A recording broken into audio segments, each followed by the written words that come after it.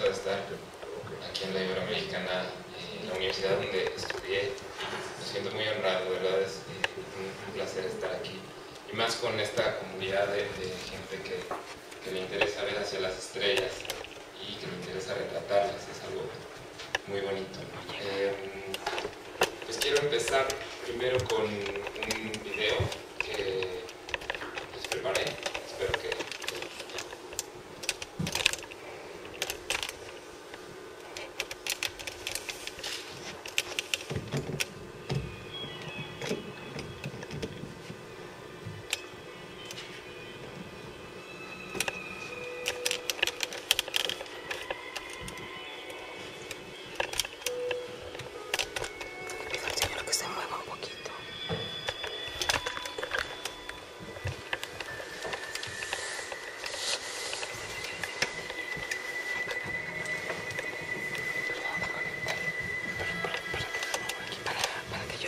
Me acerqué al contacto.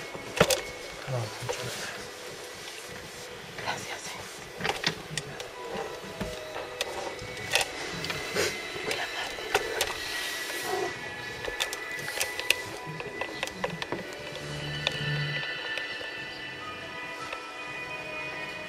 ¿Estás cargando?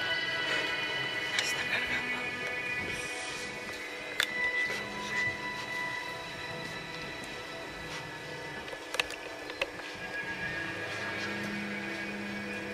Gracias.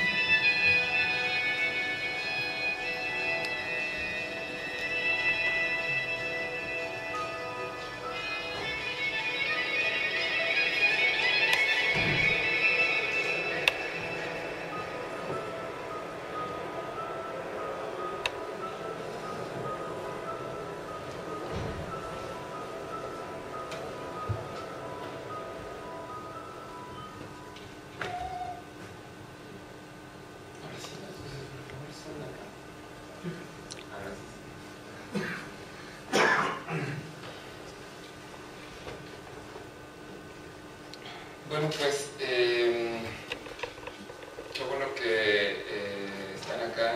Veo mucha gente, muchos jóvenes.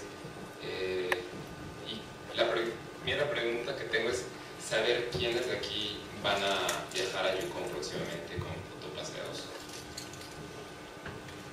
Ok, muy bien. ¿Cuántos fotógrafos hay aquí o gente que les gusta la fotografía? Bueno, la gran mayoría, qué bueno. Pues les contaré brevemente cómo ha sido mi paso con las auroras boreales. En invierno del 2008 yo tuve la oportunidad de viajar justamente a Whitehorse, Yukon, para un assignment, un reportaje para la revista Vuelo, que era la revista mexicana de aviación. Y bueno, fueron varios días que estuvimos por allá. Fui con otra persona y en un mes la vida me vuelve a dar la oportunidad de poder ir esta vez de placer, la anterior fue de trabajo, esta vez va a ser por cuenta propia. Y bueno, es increíble poder ver este espectáculo, es maravilloso.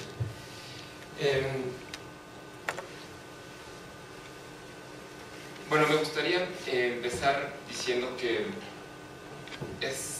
las personas que viajan ahora con fotopaseos y las personas que vayan próximamente también a volar o que tienen pensado hacer una aproximación fotográfica hacia a la aurora austral o boreal, pues la verdad es un gran momento, y yo lo diría un momento afortunado, porque no toda la gente tiene oportunidad de llegar hasta allá. O sea, ustedes van a cruzar fronteras en pos de la belleza, lo cual me parece algo increíble, me parece algo muy digno para una vida, ¿no?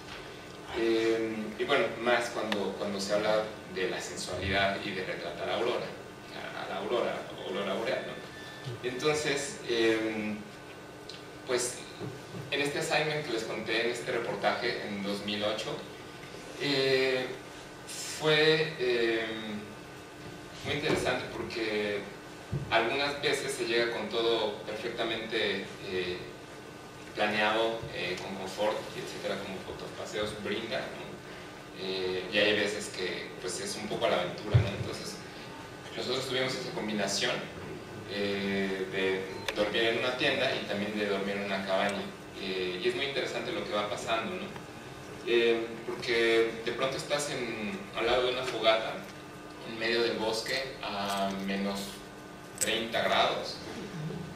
Entonces la experiencia todavía se vuelve mucho más interesante, y a veces estás con mucha gente o con una persona o solo ante la inmensidad de las estrellas y de los reflejos maravillosos. Entonces se vuelve como cuestiones únicas, ¿no? Como momentos muy, muy interesantes. Voy pasando algunas fotos. ¿Perdón, tú tomaste esas fotos? Algunas de estas sí, y algunas voy a poner los artículos donde fueron publicados. Son publicados en la revista Vuelo, en la revista Bleu Blanc, en la revista de Interjet, sobre todo en justo revistas que vuelan, ¿no? Y bueno, ningún show en realidad creo que es tan generoso y verdadero como el que la naturaleza siempre brinda. En este caso, en una de las revistas me preguntaron qué se siente, ¿no? Y yo pues les decía que no sabía si llorar o reír, y entonces mejor me quedé callado. Para mí es como un guiño de lo infinito, ¿no? de lo innombrable. Entonces, pues nada, lo único que me acuerdo es cuando estuve con un grupo de fotógrafos que se oían los clics, ¿no? Los clics de las cámaras al obturar, en el momento que el obturador empieza a abrir, se oye chic, chic, chic, chic, algunos wow, ¿no? Y es cuestión de, como dijo anteriormente la compañera, es cuestión de tiempo, es cuestión de paciencia y es cuestión de fe también. No es push the button y aparece el show de Disneylandia, etc.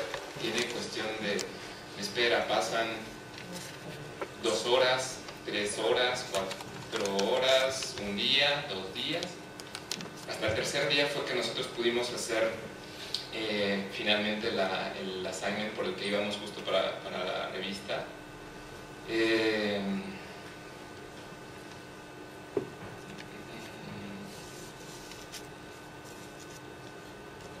Este es uno de los PDFs que se publicó en la revista de Interjet. Estas son las casitas donde llegan los turistas y donde se comparten las pláticas, las historias, el rico café, la charla, y donde se empieza a hacer como una complicidad con los compañeros que están ahí, porque como las jornadas son de 4 horas, 5 horas o hasta que el cuerpo aguante, es cuestión sí de esperar, ¿no? Y es algo muy bonito, se da el compañerismo mucho.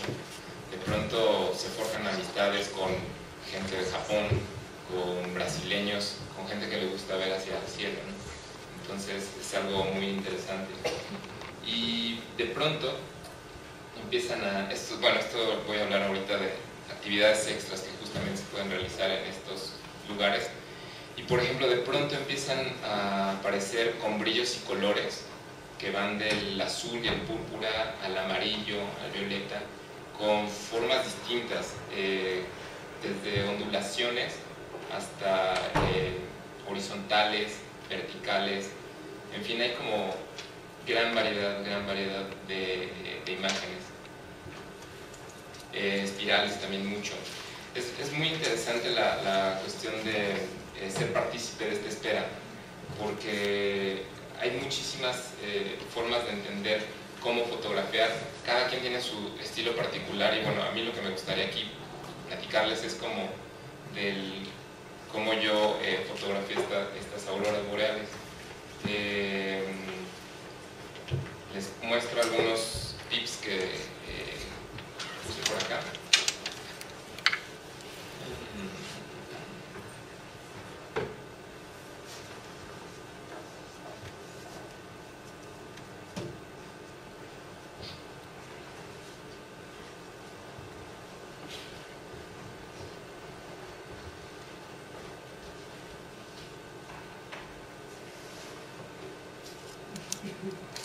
No sé por qué se quedó este signito de cerrar, seguramente es algo de la computadora que no está rendereando la memoria, pero bueno, no es a propósito, sino que está ahí. Y a esta charla le quise poner el silencio de la espera, porque es precisamente eso, es el momento de esperar, y como fotógrafos, los que gustan de esto, saben que la espera es precisa y es necesaria. Bueno, las auroras boreales, también llamadas Northern Lights, el nombre proviene de esta combinación de palabras de Aurora, que era la diosa romana, y de la palabra griega Boreas, que significa norte. Y bueno, ahí viene la explicación, debido a que en Europa comúnmente aparece en el horizonte con un tono rojizo, como si el sol emergiera de una dirección inusual, y la denominó así Pierre Gassendi en 1621. ¿Por qué a los fotógrafos nos encanta retratarlas? Hay algo muy interesante entre los fotógrafos y los no fotógrafos. Lo que sucede en el retrato de las auroras boreales es que, como saben, la cámara es un dispositivo que alberga luz, ¿no? Digamos que si el óleo fuera la pintura, fuera el pintor, la luz es lo que hace el fotógrafo, es la materia prima. Entonces, ¿por qué a los fotógrafos nos encanta retratarlas?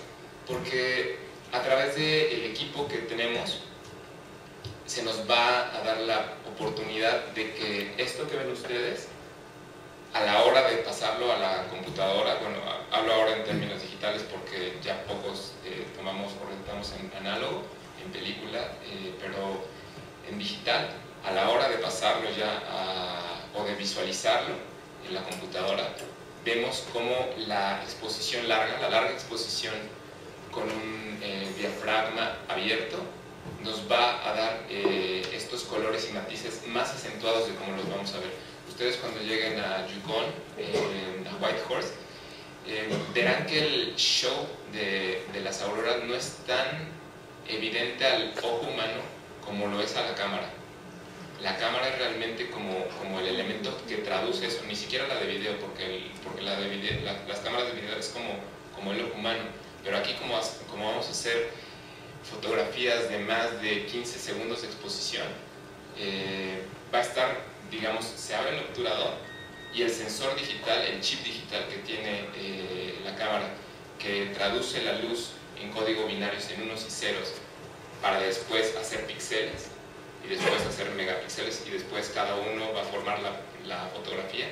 Entonces vamos a tener estos retratos después de mucho tiempo de exposición. Por eso nos gusta retratarlas, porque no es que seamos los únicos que podemos verlas, pero sí, por lo menos somos los que los podemos traducir y enseñar a los demás. Por eso nos gusta retratarlas.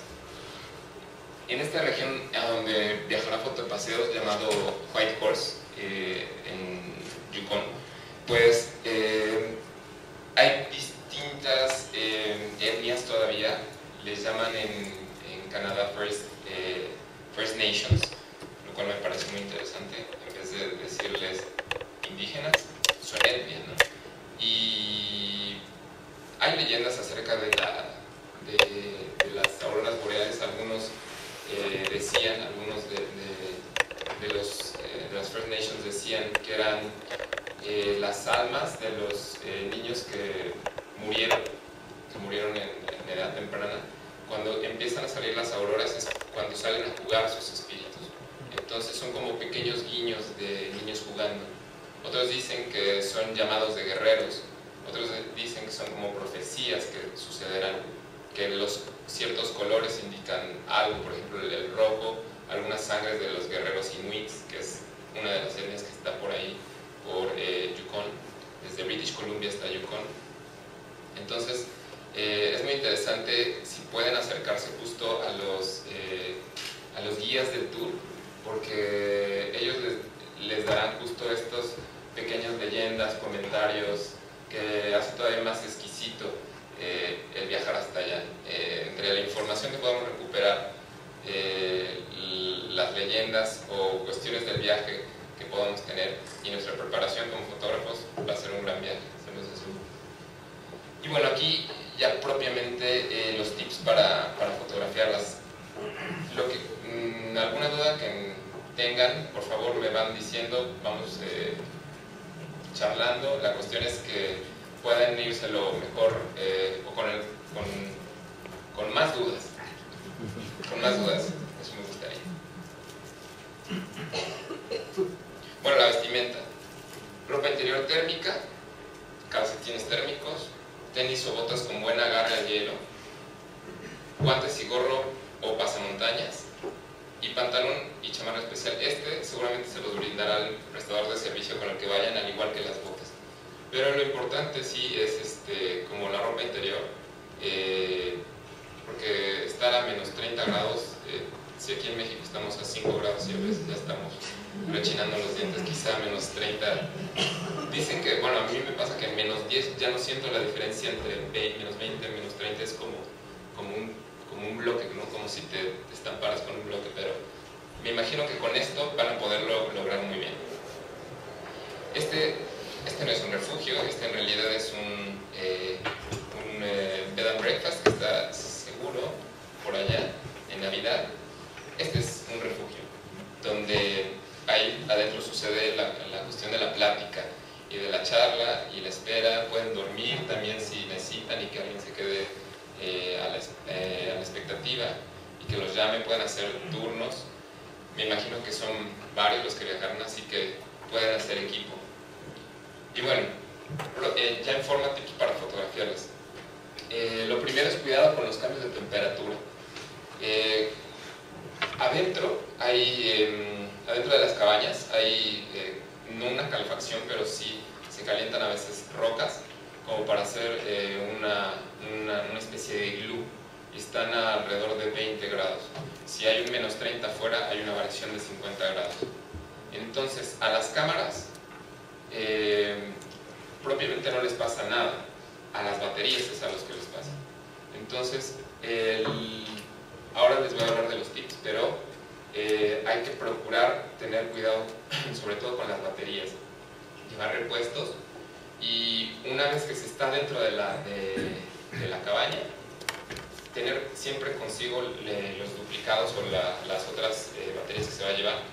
Y por ejemplo, si ya se sale con la cámara prendida, tratar de alojar la batería lo más pegado al cuerpo, ya que el cuerpo es térmico, no tiene calor. Esto es muy importante porque las va a mantener calientes, no las va a extinguir. Las temperaturas que son altas o bajas se chupan la energía en 2 segundos. Entonces los tips serían llevar como repuesto de baterías de litio de sus cámaras digitales, y en el exterior, si se les llega a vaciar, digamos, toda la energía de sus baterías, métanse y empiecen a calentarlas.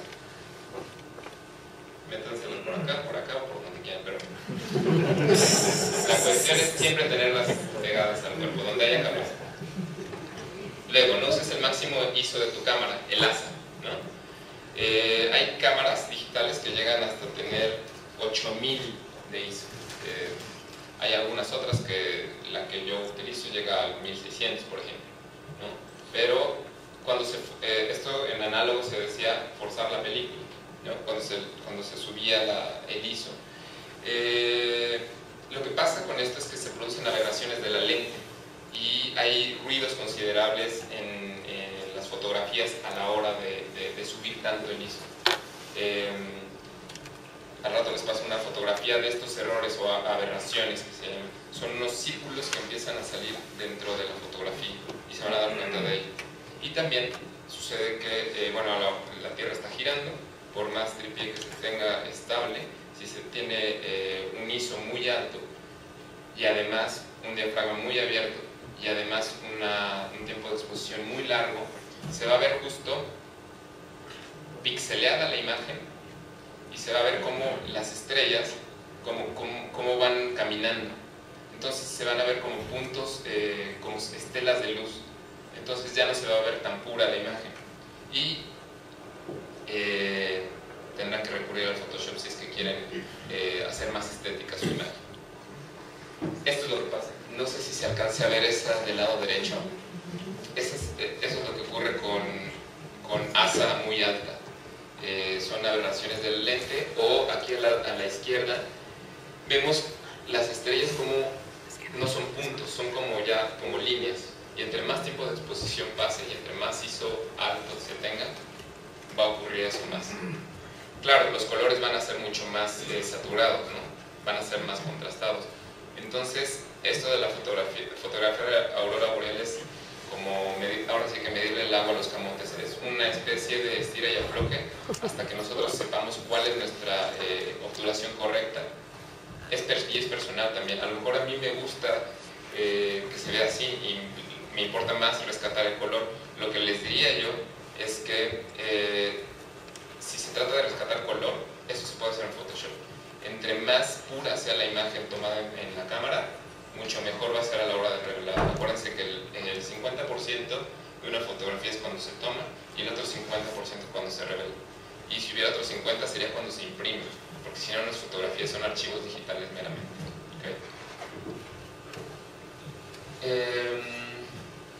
Hay cámaras que tienen filtros de ruido.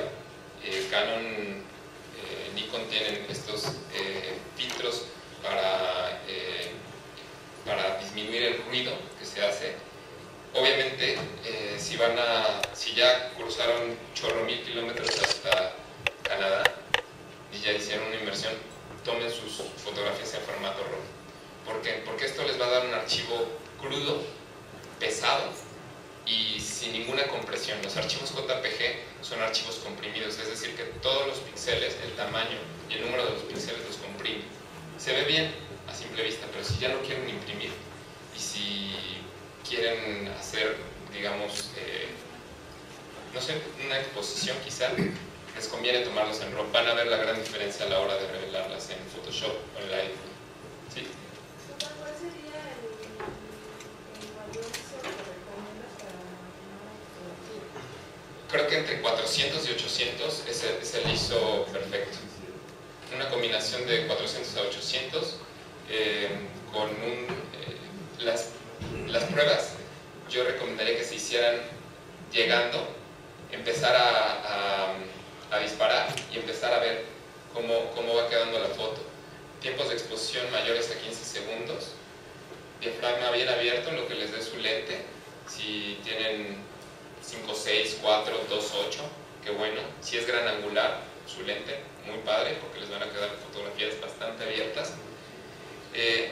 Ahorita sigo con los tips. Baterías bien cargadas y al menos un recambio, lo que platicábamos. Y ante la duda de saber si se ve o no se ve, disparar, ¿no? Es mejor llenar tarjetas y al final complicarnos la vida tratando de visualizarlas que no tomarlas, ¿no? ¿Por qué? Porque a pesar de que la cámara toma mucha luz, más que el ojo humano, las auroras boreales a veces cuando empiezan no se sabe bien si es un cielo gris o si es una aurora boreal, solamente la cámara lo sabe definir. Entonces, si empiezan a ver que hay algún tipo de actividad en el cielo, disparen en RAW, o sea, en archivo crudo.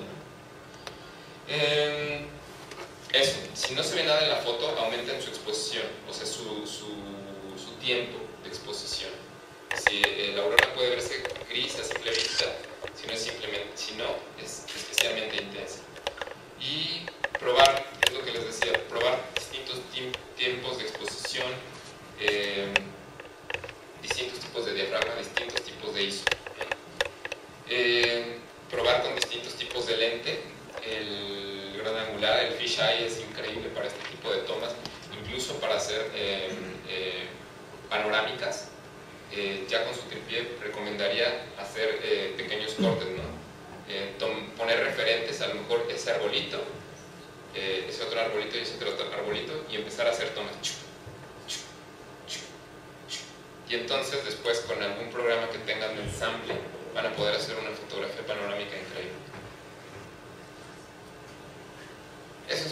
importante vivir el momento. ¿Por qué? Porque es una experiencia única y quién sabe cuándo volvamos a ir. Y uno como fotógrafo luego le da esta cuestión de lo hice bien, no lo hice, tengo que revisar, estoy borrando, cambio de lente, regreso, platico y no platico, de a ver, no estoy bien, me salió sobreexpuesta, ching. Entonces parte del gozar el viaje es dejar la cámara, ¿no? Y simplemente ver el show. Se lo recomiendo mucho porque lo van a gozar en verdad, y son recuerdos que son para el disco duro de la mente, ¿no? Ese nunca se les va a borrar hasta que pasemos de dimensión.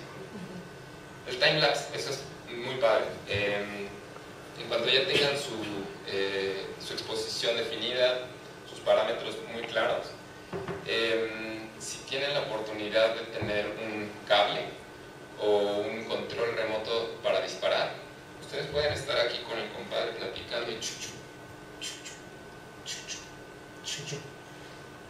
Es decir, si ya se presenta la aurora boreal y después lo pueden animar en un video y se va a ver increíble. Es un tip que pueden hacer. Hay muchas cosas que se pueden hacer. Hablando de equipo, bueno, cámaras digitales con bajo ruido, si es que su cámara lo permite, y lo que decíamos, el ISO entre 400 y 800 está bien. Y es cuestión de probar, ¿eh? A lo mejor 1000 me gusta, está bien, es cuestión de hacer pruebas. El gran angular entre un rango de 14 a 17 milímetros. Un tripié estable y sólido, eso es importante. Hay tripiés marca Chinese que son muy malos. ¿Por qué? Porque se rompen, porque entregándoselos en el aeropuerto les va a venir roto, porque a la hora de andar en la camioneta se les va a romper, porque a la hora de posicionarlo, de abrirlo, no les va a aguantar la cámara, el peso de la cámara, entonces se va a andar enchuecando, porque ni para defenderse sirve. De verdad son los tripiés chinos o esos de plástico que venden en Superamérica que cuestan 100 pesos, díganles no, huyan de ellos. Una inversión para su vida sería comprar un buen tripié. Hay miles de marcas con cabeza giratoria, con joystick, miles de marcas. Yo les recomendaría que compraran un buen tripié, que invirtieran, si ya le invierten en el viaje, inviertan en su equipo también. Es importante un buen tripié. El disparador remoto que les decía, y si no lo tienen, el set timer, el reloj de tiempo que tiene su cámara, ¿no? ¿Por qué? Porque incluso el tenerla en un tripié y estar así con la cámara y hacer esto, hay movimiento. Nosotros no lo percibimos, pero si el obturador está a 30 segundos, él simplemente se va a mover y no queremos fotos vibradas, ¿no? Baterías extras, luces de colores. Esto es como meramente para jugar. Si ya quieren jugar un poco, llévense unas lucecitas de colores de esas que venden en el mercado y empiezan a hacer figuras como siluetas. Pueden suceder cosas interesantes y está padre, valen nada, ¿no? Rojo, amarillo, azul. Entonces imagínense detrás una aurora boreal preciosa y a lo mejor que un compañero los siletee por atrás con un color, ¿no? Ahí está, y se la mandan a su familia. En parámetros de exposición, eso, 400-800 de ISO, diafragmas bien abiertos y velocidades de disparo por arriba de los 15 segundos. Vayan haciendo pruebas, es mi consejo. Configuración de la cámara, modo manual o modo de prioridad de diafragma, como se acomode. Yo en realidad casi siempre las hago en manual, pero si no dominamos todavía muy bien cómo se hace, con prioridad de diafragma, AB, en Canon, en Nikon, no sé cómo sea, pero nada más se tiene que empezar a jugar con el tipo de diafragma. Modo de disparo one shot, y lo de reducción de ruido para largas exposiciones y para altos valores de ELASA. Los encuadres, poner el tripié en un sitio adecuado donde se pueda captar también algo de información del entorno, tal como una silueta de árboles, paisaje parcial de las montañas, entornos nevados, un fiordo que es una porción de agua y tierra. Y para esto, a lo mejor les puede ayudar llevar una linterna como guía. Pasa que no hay luz, la única luz que tenemos, y es que hay luna, será la de la luna, las estrellas, pero en realidad es como un ambiente bastante oscuro. Entonces, al estar alejado de la cabaña, nos va a ayudar mucho llevar una pequeña linterna para buscar tarjetas, para saber dónde poner el tripié, incluso para saber hacia dónde vamos a enfocar como primer punto de plan, como primer plano, ¿no?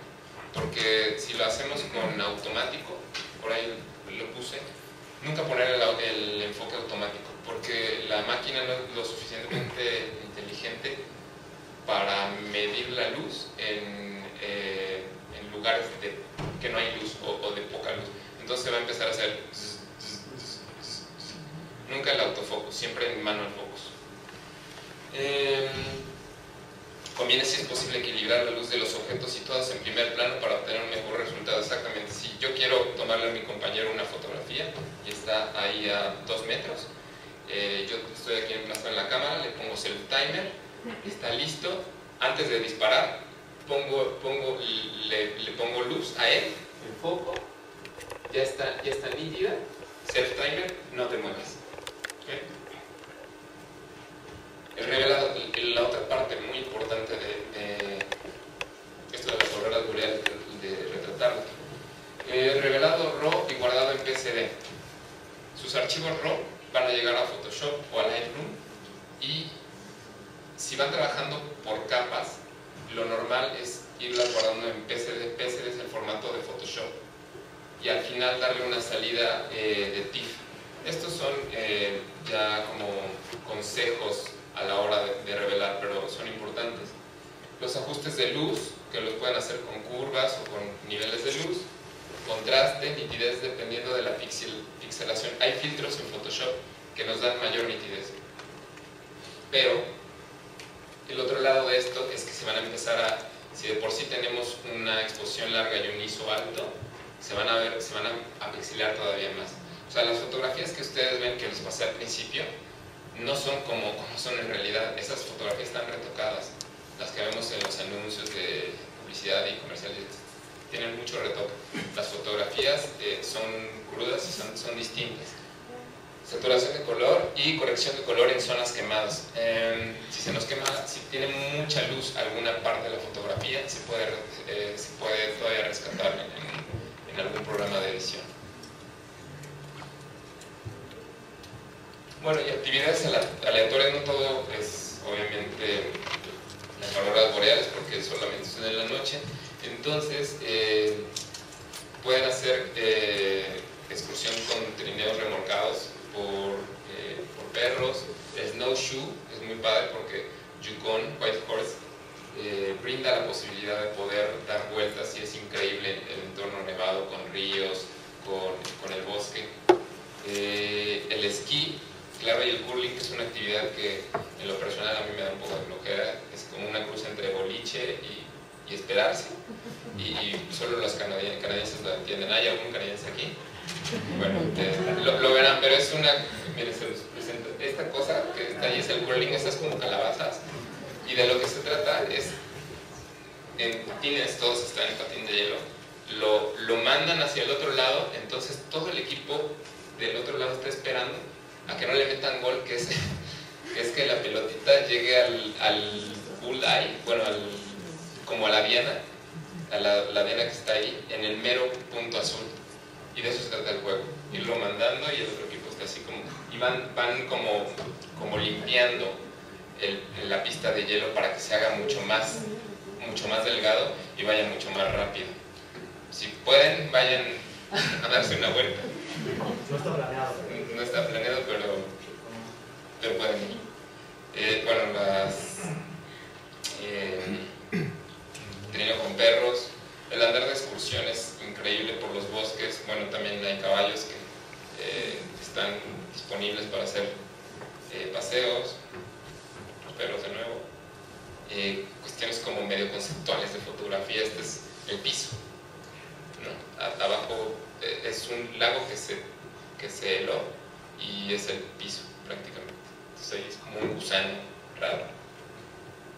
Y bueno, les dejo mis datos por si tienen después alguna pregunta en lo que les pueda ayudar de revelado o de tips. Perdón, ¿quiénes van de nuevo a la exposición? Pues mucha suerte, es una gran experiencia en realidad. Creo que están en un buen momento y hay que aprovechar al máximo la oportunidad que es muy bella y es única en la vida. Así que muchas felicidades. ¿Tienen alguna duda? ¿Algo de fotografía? Yo, en cuanto